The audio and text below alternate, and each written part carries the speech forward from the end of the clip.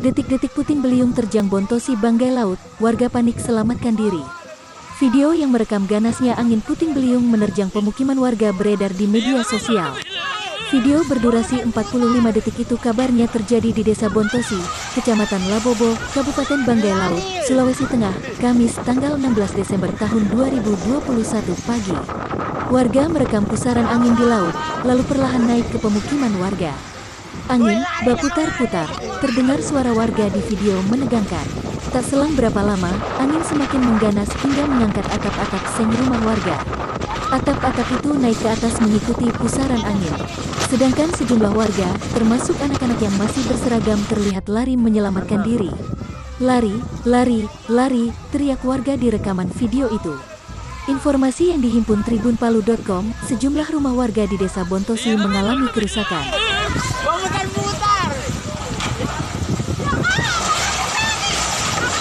Lari!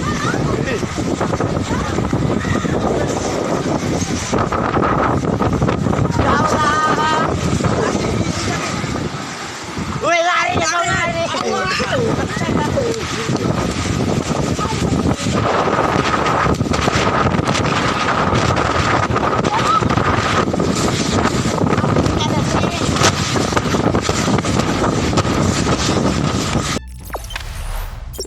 Jangan lupa subscribe, share, komen, dan like ya.